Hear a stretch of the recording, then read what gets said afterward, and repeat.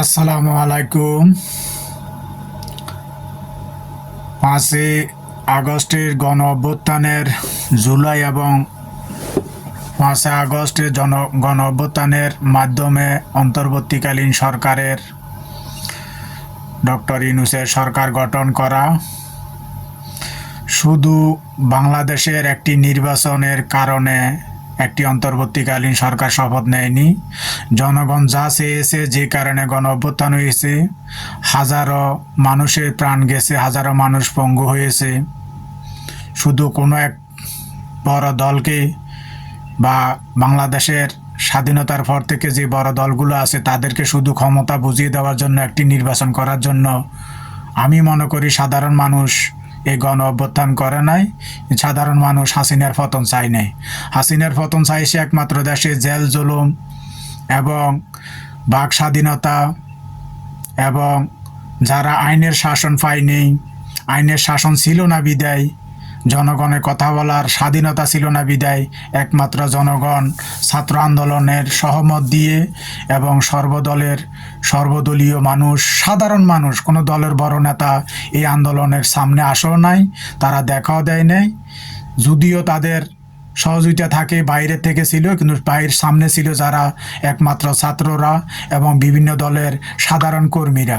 তো তারা কেন এসেছে? শান্তিতে ঘুমানোর জন্য, নিজের বাক স্বাধীনতা কথা বলার জন্য এবং বাংলাদেশের সাধারণ মানুষের অধিকারের জন্য তারা আন্দোলন করেছেন। আজকে সেই আন্দোলনের পরে সরকার গঠন করে 9টি মাস চলে গেল, আজও জানি না কতটুকু বাংলাদেশের সংবিধান জনগণের পক্ষে সংশোধন হয়েছে আজও পর্যন্ত মানুষ জানতে পারে নাই। কিন্তু বাংলাদেশের বড় কিছু দল প্রতিটা মাসে, প্রতিটি সপ্তাহ, প্রতিদিনে শুধু নির্বাচন। আপনারা নির্বাচন করবেন, তো আগের দলটা কি দোষ ছিল? আগের দলটা থাকলে তো ভালো হইতো। 9 মাসে যেভাবে বাংলাদেশের যে বড় দলগুলো আছেন তারা শুধু নিজের ক্ষমতা অপব্যবহার করার জন্য, নিজের পছন্দ মতে উপদেষ্টা ঢুকিয়ে দেওয়ার জন্য সরকারের ভিতরে, নিজের নিয়ন্ত্রণের নির্বাচন কমিশনার ভিতরে মানুষ রাখার জন্য সবাই তো মানুষ দিছেন। সবাই মানুষ দিয়ে শুধু নিজেদের নিয়ন্ত্রণের জন্য এগুলো কি সাধারণ জনগণ জান দিছে? সাধারণ জনগণ কি নিয়ে রে বদিল্লা দিয়ে আপনারা বদিল্লা ঠিক করে কি আন্দোলনে যোগ দেওয়া আসলেন না?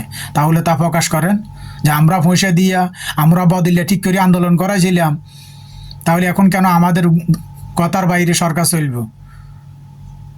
এমনটা চেয়েছেন আপনারা। তেমনটা যদি আপনারা চান, আপনাদের তো কথা মতে আদালত চলতে হবে, আপনাদের কথা মতে রায় দিতে হবে, আপনাদের কথা মতে নির্বাচন কমিশনার চলতে হবে, আপনাদের কথা মতে যে নির্বাচন করিয়ে নির্বাচন আপনাদের মতামত হতে হবে। তো আগে সরকার কি দোষ করছিল? হাসিনা তো বালা ছিল। হাসিনা কেন স্বৈরাচার হয়েছিল? আজও কি বাংলাদেশের মানুষ, সাধারণ মানুষের জন্য কোনো সরকার আপনারা এই ধরনের কোনো কার্যক্রম দেখাইতে পারছেন? আপনারা যে ক্ষমতা দেখান, ক্ষমতা আসবেন, কি দেখাইছেন 9 মাসের ভিতরে? 9 মাসের ভিতরে আপনারা যদি বলতেছেন জনগণের সম্মতিতে একজন সরকার গঠন হয়েছে, জনগণের সহমতে ডক্টর ইউনূসকে অন্তর্বর্তীকালীন সরকার গঠন হয়েছে, তো অন্তর্বর্তীকালীন সরকার কেন নিজের মতে কাজ করতে পারতেছে না? আপনারা কেন ওনার উপর জোর দেখাচ্ছেন? বিভিন্ন জায়গা থেকে উপদেষ্টারা ফোন দিয়ে চাপ দিবেন নির্বাচন কমিশনার চাপ দিবেন আদালতরে। এগুলো কি রাজনীতি নেই? এগুলো জনগণ চেয়েছিল? স্বাধীনতার পর থেকে আজ পর্যন্ত বাংলাদেশের ভিতরে এই ধরনের ভোগান্তি কি সাধারণ জনগণ থাকবে?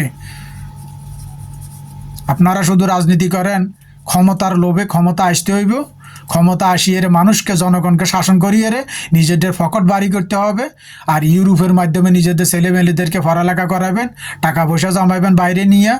বস যখন জনগণ লাথি মেলে আপনারা ইউরোপে চলে যাবেন ফ্যামিলি নিয়ে, বস আপনারা সুখে থাকবেন। সাধারণ জনগণ আজীবন শুধু আপনাদেরকে আয়কর দিয়ে সমর্থন দিয়ে শুধু ভোগান্তি সাধারণ জনগণে থাকবে। একজন সরকারের, জনগণের সরকার বলি, সরকার গঠন করে সরকারে বসাইয়া আজকে উনি ওনার মতে কোনো কাজ করতে পারতেছেন না। কেউ প্রশাসনকে চালিয়ে দিয়ে ওনার পিছনে লাগাই দিতেছেন, কেউ আর্মিকে লাগিয়ে দিতেছেন, কেউ আর্মির মাধ্যমে নিজেরা জলদি ভোট চাইতেছেন। হ্যাঁ, সেনাবাহিনী দিয়ে জলদি ভোট করে আপনারা ক্ষমতা লইবেন। তো আপনারা ক্ষমতায় কে ভাই? সাধারণ জনগণ কি বাংলাদেশ আপনাদের কাছে বেশি বিক্রি করে দিছে? আপনারা এক একজন আসিয়ে জনগণের শাসন করবেন, জনগণের শাসন করিয়ে একজন একবার খাইয়ে যাবেন। বড় বড় কথা বলেন আপনারা, স্বাধীনতার আজকে 50 বছর 54 বছরের মাধ্যমে কি করেছেন আপনারা জনগণের জন্য? জনগণ কি পাইছে? আজও কেন মানুষ রাস্তায় ভিক্ষা করে একজন স্বাধীন দেশের মধ্যে? আপনারা কোটি কোটি টিয়ার মালিক, আপনারা গাড়ি বাড়ির মালিক, সাধারণ জনগণের কাছে কি আছে? আজ এমনও লক্ষ লক্ষ পরিবার বাংলাদেশে আছে, তার এক করা জমি নাই, তার একটি ঘর নাই, সে বেড়িবাঁধে থাকে, সে বস্তি এলাকার থাকে। এ ধরনের স্বাধীনতা মানুষ চাইছিল? এ ধরনের স্বাধীনতা জনগণ চাইছিল? লজ্জা নাই আপনাদের? এ ধরনের রাজনীতি, আপনি তো রাজনৈতিক দল বলা যায় না, এদেরকে ভিখারি বলা যায়। জনগণের পকেট কাটে যারা রাজনীতির নামে ক্ষমতায় এসে জনগণের পকেট কাটে। কোন দলটা ভালো আজ পর্যন্ত? যে বড় দুইটা দল আওয়ামী লীগ বিএনপি, কোন দলটা ভালো করছেন? নির্লজ্জহীন রাজনীতিবিদ এগুলো। আজও কেন প্রমাণ করতে পারলেন না 15 বছর বিএনপি ক্ষমতার বাইরে ছিল? খাম্বা তারে কেন নাম উঠছিল? জনগণের মাঝে সেটা কেন প্রমাণ করতে পারলেন না? খাম্বা তারে কেন উঠছিল নাম? জনগণের টাকা দিয়ে কারেন্ট দিবে বলি, খাম্বা দিবে বলি বিজলি দিতে পারেন নাই। শুধু আমলিক দুর্নীতি করছে, আমলিক প্রচার করে নিয়ে গেছে। কোন সময় বালা করছে? ক্ষমতা আসার না বিএনপি? আজও 5 আগস্টের পর ক্ষমতা আসেন না, এক একজন এক এক দিকে পাওয়ার খাটিয়ে শুধু সরকারকে বিতর্কিত সাপের মধ্যে রাখছেন আর শুধু নির্বাচন করেন। সাধারণ জনগণ কি আপনাদের কাছে বিক্রি হয়ে গেছে নাকি? না দেশ বিক্রি করে দিস আপনাদের কাছে? একবার এক একজন আসবেন, লুডি ফাটি খাইবেন, যেমনি ইচ্ছে এমনি আপনাদের ফায়দার জন্য খালি রাজনীতি করাইবেন। বদমাস নির্লজ্জ রাজনীতিবিদ বেগুন। নিজের ফায়দার জন্য, নিজেরা লুডি ফাটি খাওয়ার জন্য। ফকির বাচ্চারা কিভাবে ব্যাংকের মালিক হয়েছে? কোন বদমাস রাজনীতিবিদ কর্ম করি, চাকরি করি পয়সার মালিক হয়েছে? সবগুলো তো মানুষের ফকটকারী পয়সা লইয়ে আজকে বড় বড় কথা বলে। 15টা বছর খালেদা জিয়ারে বাসা বাড়ি থেকে বাইর করে দিয়েছে, কোন একজন মানুষ ঝুঁকি নিয়ে এর সামনে তো আসেন নাই। 5-10 মানুষ ঝুঁকি নিয়ে এর ট্রাকের সামনে দাঁড়াইছিল। তখন যদি 500-100 মানুষ মারা যেত তাহলে তো তখন আওয়ামী লীগের পতন হইতো। 28 অক্টোবরে সর্বপ্রথম পুলিশ যখন বেলকি দেয়, পুলিশ যখন চোপ দেয়, তখন যুবলীগের সেই নেতা আহ্বায়ক আগে দৌড়াইতে চলছে।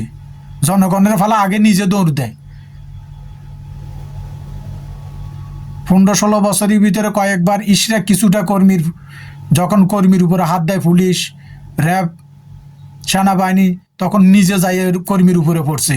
এ ধরনের কয়জন নেতা ছিলেন? কয়খানে ঝুঁকি নিয়েছিলেন? আজকে যারা রাষ্ট্রে এভাবে খালি নির্বাচন করে খাইতেছেন, সবগুলা তো বদমাস।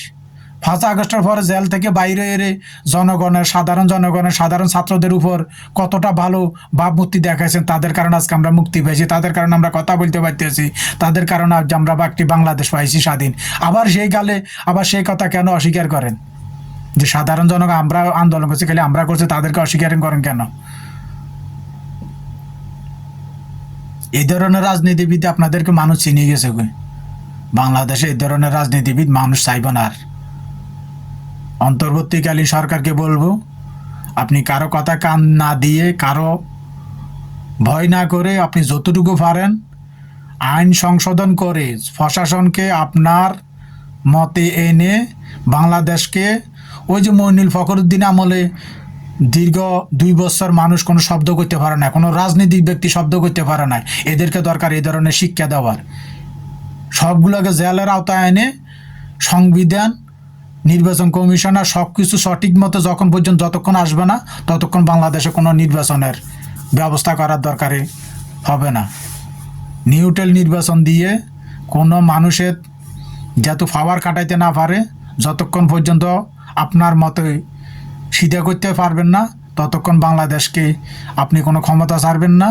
এদেরকে শাস্তির আওতায় এনে, এদেরকে মুখ বন্ধ করে, এদের জবরদখল বন্ধ করে, যেহেতু যতদিন জনগণ বলবে না এই এখন আমরা রাষ্ট্র শান্তি আছি, এখন নির্বাচন দেওয়া যায়, সাধারণ জনগণের মতামত নেন, খবরের মাধ্যমে, সাংবাদিকদের মাধ্যমে সাধারণ জনগণের মতামত নেন, কোনো নেতার মতামত না। দলীয় যারা সেলফিবাজ, যারা সাংবাদিকের সামনে এসে সামনের কাতারে থেকে যারা বড় বড় কথা বলে, এদের মতামতের কোনো দরকার নাই। এদের মতামত যদি ডক্টর ইউনূসকে বলছে যদি নির্বাচন করিয়ে দেন, এরা আবার সে শাসন করবে আওয়ামী লীগের মতন, সে হাসিনার মতনই শাসন করবে। জনগণের মতামত চান, জনগণ নির্বাচন চায় কি না, জনগণ নির্বাচন কখন চায়, তাহলে জনগণের জন্য একটা জনবান্ধব বাংলাদেশ হবে। তা না হলে এই পক্ষপাতিত্ব দলের কারণে, পক্ষপাতিত্ব সরকারের কারণে সাধারণ জনগণের ভোগান্তি আজীবন রয়ে যাবে।